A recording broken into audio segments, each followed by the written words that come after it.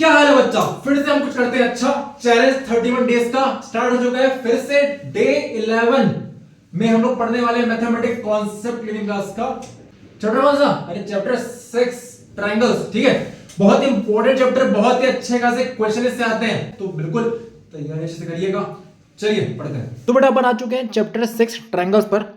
कुछ की नोट्स है इसके, है ना। मैंने आपको बोला कि ट्रायंगल्स काफी इंपॉर्टेंट चैप्टर है, जियोमेट्री के अंदर ही आता है आपका, है ना। सिमिलर ट्रायंगल्स, देखो क्लास 9th में आप लोगों ने कॉन्ग्रुएंसी और ट्रायंगल पढ़ा था। अब सिमिलरिटी एंड कॉन्ग्रुएंसी में डिफरेंस क्या होता है, समझना इसके बारे में। जैसे भाई क्या हो गया, कॉन्ग्रुएंसी मतलब होती है बेटा कि डिक्टो सेम, एग्जैक्ट सेम। मतलब मान लो कि भाई आपका डिक्टो, ओके, एग्जैक्ट फोटोकॉपी, है ना, कॉपी बोल सकता हूँ मैं, ठीक है। कोई आपके सामने आके खड़ा हो जाए, डुप्लीकेट आपका, है ना, मतलब सब कुछ सेम रहे उसकी बॉडी में, आपके समान ही, क्लियर। तो मतलब वो क्या हो गया, वो हो गया कॉन्ग्रुएंट, है ना। तो वैसे ट्रायंगल्स में क्या होता है, अगर ट्रायंगल्स भी सेम टू सेम रहते एग्जैक्टली, है ना, सारे वर्टाइसेस सारे के सारे आपके साइड्स हो गए, है ना, यहाँ पे सारे सारे एंगल्स हो गए, ये सब के सब अगर सेम हो गए तो आपका ट्रायंगल कहलाता है, कॉन्ग्रुएंट कहलाता है। बट सिमिलरिटी में थोड़ी सी कंडीशनिंग डिफरेंट है यहाँ पर, है ना। यहाँ पर बेसिकली होता क्या है, यहाँ पे सिमिलरिटी हम प्रूव करते हैं। होता क्या है, यहाँ पर बेटा अपन देखते हैं कि सिमिलर है कि नहीं।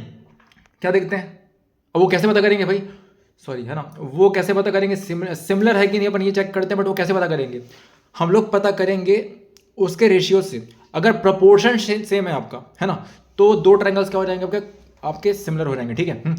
इन इसके बारे में समझने वाले हैं, समझते हैं वो कैसे इसका। तो मान लो कि दो ट्रायंगल्स आपके हो गए, ठीक है ना, वो सिमिलर तब कहलाएंगे जब उनके करस्पॉन्डिंग एंगल्स, सारे सारे पहली बात तो एंगल्स इक्वल होंगे, और करस्पॉन्डिंग साइड्स के जो प्रोपोर्शनल है ना, वो क्या होने वाले हैं, इक्वल होने वाले हैं, ठीक है। तब जाके क्या होगा, मतलब सारे करस्पॉन्डिंग साइड सबके क्या होने चाहिए, प्रोपोर्शनल होने चाहिए, और करस्पॉन्डिंग एंगल्स क्या होने चाहिए, इक्वल होने चाहिए। तब जाके हम कहते हैं कि ट्रायंगल्स क्या है, सिमिलर है ना। तो ये दो चीज़ें डिफरेंट है, समझना इसके बारे में। वहां पे आपकी हर चीज़ इक्वल हो रही थी कॉन्ग्रुएंसी में, बट सिमिलरिटी में रेशियोज इक्वल होते हैं, ट्रायंगल नहीं। ट्रायंगल बड़े छोटे हो सकते हैं भाई, क्लियर, लेकिन जो उनका रेशियो निकल के आता है ना, वो क्या होता है, वो आपका इक्वल आता है, ठीक है। ठीक है, सेम आता है बेसिकली। तो हम लोग कह सकते हैं कि सारे के सारे जो कॉन्ग्रुएंट फिगर्स हैं वो सिमिलर हो सकते हैं, ठीक है। बट जो कन्वर्स है वो ट्रू नहीं है, इसका उल्टा, है ना, उसका उल्टा ट्रू नहीं है। अब भाई सिमिलरिटी मतलब क्या, छोटे बड़े ट्रायंगल में हो सकती है ना, लेकिन या कोई भी छोटी बड़ी बॉडीज में हो सकती है। बट जो आपका ये है कौन, सिमिलरिटी के अलावा जो कॉन्ग्रुएंसी आपकी है, कॉन्ग्रुएंसी में ऐसा नहीं चलेगा ना। कॉन्ग्रुएंसी में क्या सब कुछ सेम होना चाहिए, तो इसी वजह से कन्वर्स इसका ट्रू नहीं है। बट हाँ, कॉन्ग्रुएंट चीज़ सिमिलर हो सकती है, बट सिमिलर चीज़ कॉन्ग्रुएंट नहीं हो सकती है, रिमेंबर दिस, है ना। आगे बढ़ते हैं। तो दो पॉलीगॉन्स है ना, ठीक है, मान लो कि with same number of sides, okay, are similar, okay, if, हाँ, तो कोई भी अगर बेटा दो पॉलीगॉन है, अगर उनमें सेम नंबर ऑफ साइड्स है आपके, है ना, तो वो सिमिलर तभी हो सकता है अगर अगर उसे करस्पॉन्डिंग जो एंगल्स हैं वो इक्वल हो जाए आपके, है ना, एंड जो करस्पॉन्डिंग साइड का जो रेशियो है वो क्या रहे, सेम रहे आपका, ठीक है, प्रोपोर्शन जो इसको अपन कहते हैं।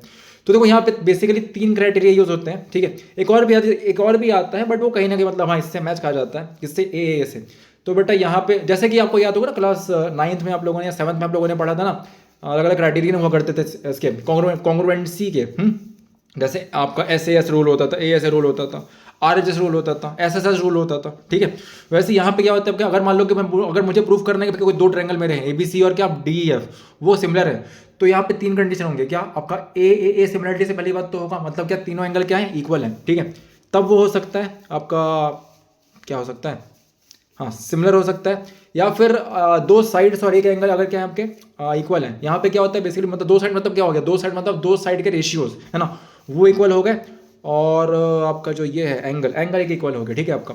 तो तब आप लोग इसको सिमिलर प्रूफ करवा सकते हैं, है ना। देखो यहाँ पे सिमिलरिटी में कैसा साइन लगता है, कॉन्ग्रुएंसी में क्या इज इक्वल टू के ऊपर इस तरीके से देखो बना रहता था आपका, ठीक है, डिजाइन बनता था ऊपर में, क्लियर। बट यहाँ पे क्या बस ये डिजाइन रहेगा आपका, बाकी आपका इज इक्वल टू वहां से हट जाएगा, ठीक है। और वैसे ही आपका क्या हो गया, जो SSS है, SSS क्या होता है बेटा, आपका SSS होता है आपका साइड। अगर तीनों साइड का रेशियो इक्वल आ जाए तो भी क्या ये ABC DEF के सिमिलर प्रूफ हो जाएगा, ठीक है। तो इस तरीके से कंडीशन बनती है। ऐसे समझ में आ गया ना, AB/D is equal to BC/EF, और angle B is equal to angle E हो गया आपका।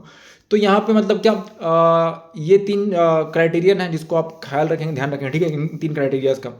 इसके अलावा बेटा जो प्रूफ होता है ना, बहुत ज़्यादा इंपॉर्टेंट जो प्रूफ है इस चैप्टर में, वो है आपका बेसिक प्रोपोर्शनलिटी थ्योरम। क्या? Basic proportionality theorem. ये मतलब क्या, बेसिकली काफ़ी सारे थ्योरम्स है इसमें, बट सबसे जो मेन है वो आपका क्या, बेसिक प्रोपोर्शनलिटी थ्योरम है, पाइथागोरस थ्योरम है and converts of Pythagoras theorem है। ये तीनों थ्योरम अत्यंत आवश्यक हैं, तीनों के चारों दिखाई पड़, चार दिखाई पड़ रहे हैं मेरे को तो यहाँ पर। चलो ठीक है, देखो क्या होता है। तो बेसिक प्रोपोर्शनलिटी थ्योरम बेटा क्या होता है, हम लोग रेशियो इक्वल करवाते हैं, है ना, ठीक है। हम लोग दो ट्रायंगल का रेशियो इक्वल करवाते हैं, दो सिमिलर ट्रायंगल का रेशियो क्या करवाते हैं, इक्वल करवाते हैं, प्रूफ, ठीक है। लाइन पैरेलल ड्रॉ करके, ठीक है। क्या बोल रहा है कि बेसिक प्रोपोर्शनलिटी थ्योरम, ये बुक में दिखाऊंगा आपको अभी मैं, है ना, कैसे इसको प्रूव करना है, ठीक है। फिलहाल के लिए देखिए कि if a line is drawn okay parallel to one side of a triangle okay to intersect the other sides okay in distinct points, distinct points में क्या कर रही है, अगर वो टच कर रही है तो जो बेटा अदर जो टू साइड्स रहेंगे वो क्या हो जाएंगे, डिवाइड हो जाएंगे सेम रेशियो में। ये मुझे प्रूव करना था इसमें।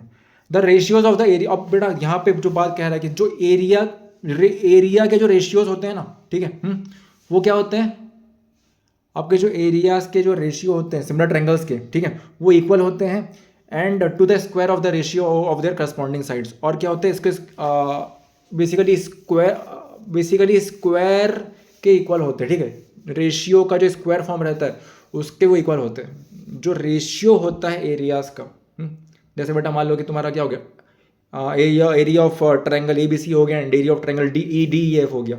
अगर ये दो ट्रायंगल मेरे सिमिलर प्रूफ हो चुके हैं, है ना, और अगर ये रेशियो क्या हो रहा है आपका, इक्वल आ रहा है ना, उनके एरिया, तो क्या हो जाएगा, वो, और अल्टीमेटली वो किसके इक्वल हो जाएगा आपका, ये is equal to the square of the ratio of their corresponding sides. जो उनके करस्पॉन्डिंग साइड्स हैं आपके, क्लियर, जो बचे हुए थे, उनके स्क्वायर के रेशियो क्या बराबर हो जाएगा, ये कह रहा है। एंड इसके बाद पाइथागोरस थ्योरम हम बचपन से पढ़ते आ रहे हैं, एंगल जी को जानते हो गए अब तो, ठीक है। तो राइट एंगल ट्रायंगल में क्या होता है बेटा, ये है ना, स्क्वायर ऑफ हाइपोटेन्यूज क्या होता है, किसके इक्वल होता है, ये स्क्वायर ऑफ हाइपोटेन्यूज आपका sum of squares of the other two sides के इक्वल होता है आपका। ये कन्वर्ट्स ऑफ पाइथागोरस थ्योरम में होता है क्या बेटा, वहां पे हम रेशियो निकाल देते हैं, यहाँ पे हमको रेशियो देकर रखा हुआ है, हमको प्रूव करना है भाई लाइन पैरेलल लेके नहीं, ठीक है। तो इन ट्रायंगल का अगर if the square of one side is equal to the sum of the squares of the other two sides okay then the okay angle opposite to the first side is a right angle. हाँ, क्या बोल रहा है कि अगर आपका क्या जो स्क्वायर है एक साइड का वो क्या इक्वल है क्या sum of squares of the other two sides, then जो एंगल रहेगा अपोजिट में फर्स्ट साइड का वो क्या होने वाला है, राइट एंगल होने वाला है। ये आपको प्रूफ करना है। राइट एंगल ट्रायंगल क्या होता है बेटा, ये बचपन से हम पढ़ते आ रहे हैं। ये क्या होता है, तो इसमें एक परपेंडिकुलर लाइन रहती है आपकी और एक बेस होता है और एक हाइपोटेन्यूज होता है। तो if a perpendicular is drawn okay from the vertex of the कहाँ पे जो आपका ट्रायंगल का वर्टेक्स है वहाँ से क्या एक परपेंडिकुलर ड्रॉ करेंगे अपन 90 डिग्री, ठीक है, of the right angle of right triangle, right angle पे राइट ट्रायंगल से, है ना, टू द हाइपोटेन्यूज की तरफ। Then the triangles on both sides of the perpendicular are similar to the whole triangle and also to each other. तो बेटा अगर इस तरीके से लाइन ड्रॉ करता हूँ, जो परपेंडिकुलर लाइन मेरी जो यहाँ ड्रॉ हो रही है, क्लियर, वर्टेक्स है right angle okay of right एक राइट ट्रायंगल के, तो यहाँ पे कंडीशन ऐसी बनती है भाई साहब कि अगर यहाँ पे देखो जैसे मैंने बीच से काटा तो यहाँ पे आपके दो अलग अलग ट्रायंगल बन गए आपके, है ना। तो बात ये है कि then the triangles on both side, जो आपको ट्रायंगल्स दिखाई पड़ रहा है अगल बगल में, परपेंडिकुलर के अगल बगल में, वो सिमिलर होंगे, ठीक है। टोटल जो बड़ा से बड़ा ट्रायंगल था उसके, ठीक है, क्लियर, और खुद के भी, है ना। ये बात ध्यान रखेंगे आप, काफी इंपॉर्टेंट है। राइट एंगल ट्रायंगल में क्या होता है बेटा, जो स्क्वायर ऑफ हाइपोटेन्यूज रहता है किसके इक्वल होता है आपका, sum of the squares of the other two sides. Pythagoras theorem ने पढ़ा, ऊपर देखा पाइथागोरस थ्योरम को, है ना। अगर बेटा कोई आपका triangle, if triangle okay square of one side is equal to the sum of the squares of the other two sides, then the angle opposite to the first side is a right angle. तो बेटा first side का opposite में जो angle होने वाला है वो right angle होने वाला है, इसको ध्यान रखेंगे आप। तो बेटा चाहे मैं थेल्स थ्योरम कहूँ या बेसिक प्रोपोर्शनलिटी थ्योरम कहूँ, है ना, ये दोनों सेम ही चीज़ है, ठीक है। तो इससे यहाँ भी वही चीज़ कह रहा है कि if line is drawn okay parallel to one side of a triangle to intersect other two sides in distinct points, then the other two sides are divided in the same ratio. Basic proportionality theorem हो गया या फिर Thales theorem हो गया आपका। अगर बोल रहा है if a line divides any two sides of a triangle in the same ratio then the line is parallel to the third side. ये देखो, है ना, ये भी मतलब कन्वर्ट्स की बात कर रही है। तो अगर कोई लाइन है बेटा, है ना, जो दो साइडों क्या करती है, कट करती है सेम रेशियो में ट्रायंगल के, है ना, तो जो लाइन होने वाली है वो क्या होने वाली है, पैरेलल होने वाली है थर्ड साइड के ट्रायंगल के, है ना। तो इस तरीके से ये अध्याय का बहुत ही बेसिक पार्ट खत्म हुआ है ना। मैं आपको बुक में भी दिखा रहा है इसके बारे में। मैं बुक में देखता हूँ तो यहाँ पर ट्रायंगल्स में देखो सबसे जो आपका पहला जो क्या पूछता है डाउट बेसिकली क्या बोला था मैंने भाई, हाँ, जो आपसे प्रूफ पूछता है कभी कभार ना, वो पूछता है किसके बारे में, मैंने कॉन्ग्रुएंसी और सिमिलरिटी के बारे में आपको बता दिया है पहले ही, ठीक है। रेशियो वाले मैंने बात कर डाली यहाँ पर आपका, ठीक है। तो सबसे पहले वो जो पूछता है आपसे, वो पूछता है 8.1, तो बहुत बहुत ईजी है, इसको आप बड़े आसानी से कर सकते हो। सिमिलरिटी, सिमिलर कौन है, कॉन्ग्रुएंट ग्रुप कौन है, ये आपको बताना है ना, ठीक है। ये आपको वैल्यूज यहाँ दिखे रखा हुआ है ना। क्या होना चाहिए, एंगल्स, सारे एंगल्स और सारे के सारे साइड्स क्या होने चाहिए आपके, सारे एंगल्स इक्वल होने चाहिए, और करस्पॉन्डिंग जो साइड्स होते हैं, है ना, उनका रेशियो क्या होना चाहिए, इक्वल होना चाहिए। तो ये कुछ बात है यहाँ पे। सिमिलरिटी ऑफ ट्रायंगल्स में क्या हो गया बताइए, है ना। तो क्या बोल रहे हैं, टू ट्रायंगल्स आर सिमिलर का जब करस्पॉन्डिंग एंगल्स के इक्वल रहे और करस्पॉन्डिंग साइड्स के जो रेशियो है वो क्या होना चाहिए, सेम हो, ठीक है, और प्रोपोर्शन। ये हो गया। तो देखो यहाँ पे थ्योरम 6.1 के आपका थेल्स थ्योरम है बेटा, या फिर आपका देखो यहाँ पे मैंने गलती से थेल्स दिखाया, yes this is your Thales, है ना, ठीक है। 640 to 546 BC, है ना।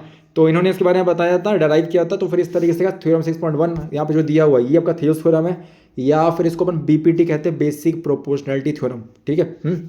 तो ये कुछ इसका रिलेशन है, काफ़ी बढ़िया है, इसको आप चाहो तो एक बार देख सकते हो, है ना। बाकी इसको और गहराइयों में जाके समझाऊंगा मैं आफ्टर 31 डेज, ठीक है। तो रेडी रहेंगे उसके लिए। तो ये एरिया इक्वल हो गया आपके, एंड अल्टीमेटली ये रेशियो निकल के आपका आ गया। इसी का उल्टा क्या होता है आपका, बेसिक प्रोपोर्शनलिटी थ्योरम ये वाला रहता है आपका, है ना, ठीक है। एंड इसके बाद क्वेश्चन है आपके काफ़ी सारे। ये चैप्टर बहुत ज़्यादा इंपॉर्टेंट है, इसके सारे क्वेश्चन बहुत ज़्यादा इंपॉर्टेंट है। तो इन सबको बहुत अच्छे से आप बनाएंगे, करेंगे, प्रैक्टिस करिए इसके बारे में। बाकी NCERT पहले करना इंपॉर्टेंट है बेटा, है ना। NCERT पूरा बेस है हर चीज़ का। तो NCERT ख़त्म करे बगैर, है ना, किसी और चीज़ में आप ना नज़र मत मारिएगा, ठीक है। यही कहूँगा आपसे मैं। तो चलिए फिर इसी के साथ यह अध्याय हो जाता है आपका समाप्त, ठीक है। कुछ नई बातों के साथ अपन फिर मिलेंगे नई क्लास में, मिलते हैं आपसे, बाय। सो आई होप आपको टॉपिक क्लियर हुआ होगा। And mathematics concept clearing class का ये चैप्टर ट्रायंगल्स में किया, बहुत इंपॉर्टेंट चैप्टर है, अच्छे से कर लेंगे इसको। ट्रायंगल से 100% बहुत अच्छे खासे क्वेश्चन आपके आते हैं, 8 से 10 नंबर के ज्योमेट्री का पार्ट है ये, तो बिल्कुल मिस नहीं करेंगे इस टॉपिक को। मिलते हैं आपसे।